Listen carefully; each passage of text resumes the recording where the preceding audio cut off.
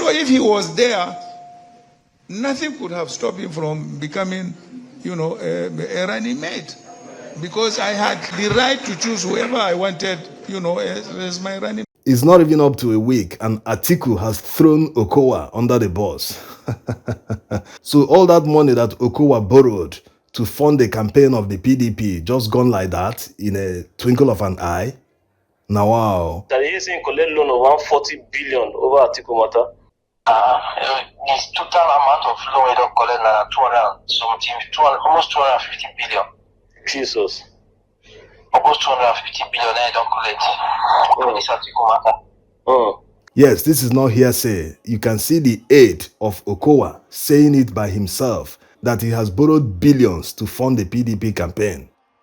In essence, what Atiku is saying is that if Peter Obi had stayed in PDP, that he would have become his vice presidential candidate, not Okowa.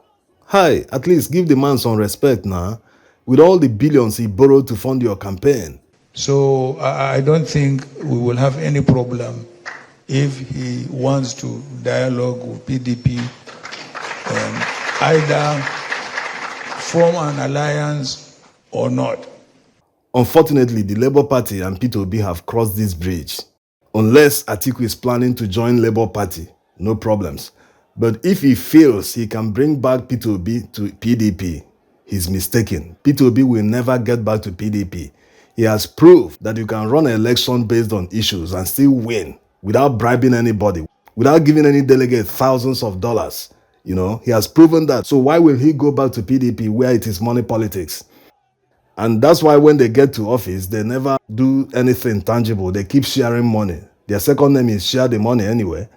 Atiku spent several minutes talking about Peter Obi in his own press conference. Unlike Peter Obi, who just gave a one-liner, he said that they went into the election as Labour Party and they will be contesting the results in court as Labour Party. But Atiku have never left his high horse, someone that said that he's the stepping stone to Igbo presidency, but he can't make himself president. The PDP took votes from Labour Party, likewise APC, and still he couldn't rig himself to become president.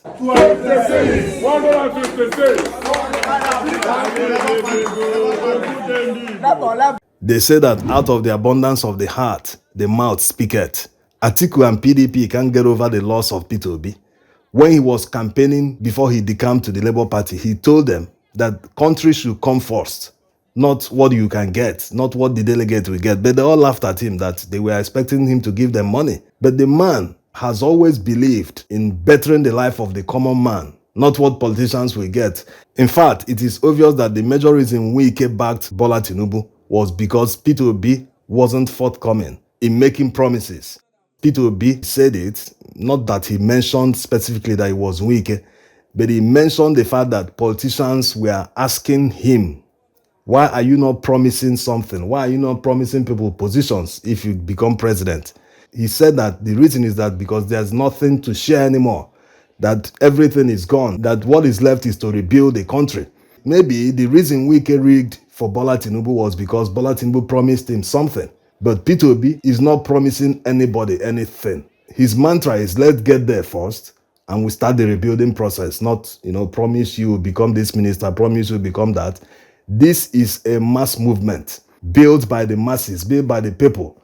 So don't expect anyone to come back and say, oh, I did this, I delivered this, I'm taking credit for this. Politicians. So I did plead with you now, because I know so many people know they happy while they plead with you now. People now support me. Elections now next week Saturday. Now beg, I will beg you. Labour Party. Papa, Mama, Pepe. That's Okowa's daughter who is contesting for a House of Assembly seat, begging obedient Labour Party members to vote for her while wearing a PDP t-shirt. Let's get back to the presidential election. There are some results that you will see and it will make you cry. These are results from few polling units in Bauchi. These already make over 1,000 votes for Peter Obi and Labour Party in Bauchi. Bauchi is a northeastern state. Let's find out what INEC uploaded in these polling units.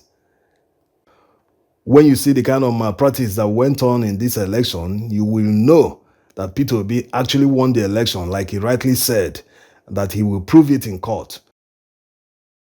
And it's interesting to know that the tune of some Western countries are changing.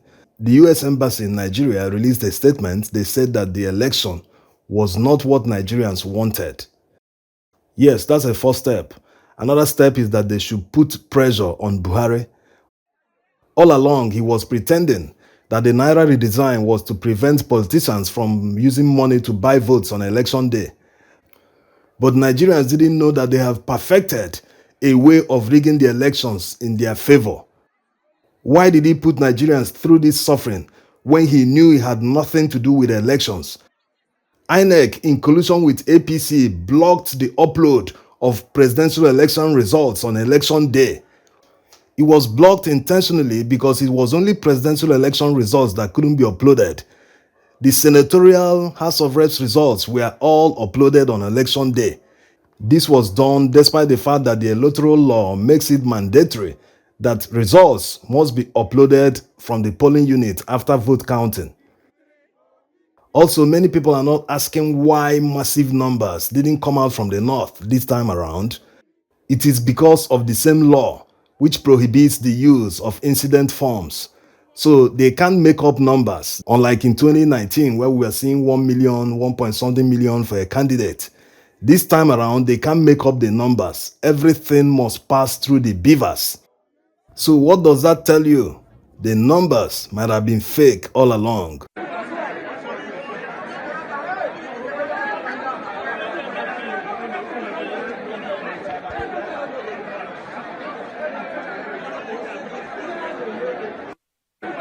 When you see the turnout of people in polling units in this presidential election, you will agree that it is one of the highest turnouts in elections in Nigeria.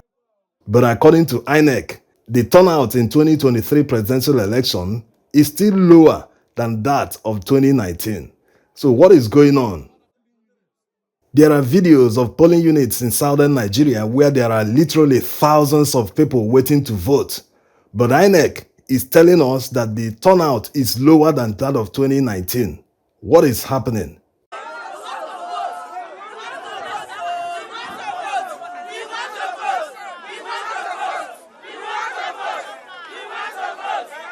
There are two things at play. Either the voter numbers are fake, which ultimately means that Nigeria's population is over-exaggerated, or it is the fact that they disenfranchised people en masse. This was obvious in most parts of the South, where the Labour Party is very popular. Look at Olo, for instance. You can see the electoral officers complaining that elections were not held there, but results were announced.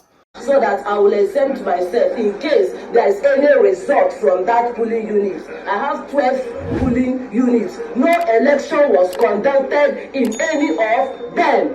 I worked as an SPO at Kubutu, in Oru West local government. But unfortunately, the election did not hold. And I want to do the needful to exempt myself from all blames by submitting this form EC 40G filled by my POs. But unfortunately, nobody collected this from us. Of course, the governor of the state, Hope Uzodimma, knows what happened there because there was no election in the entire region. But eventually, results were submitted. Thank you for watching.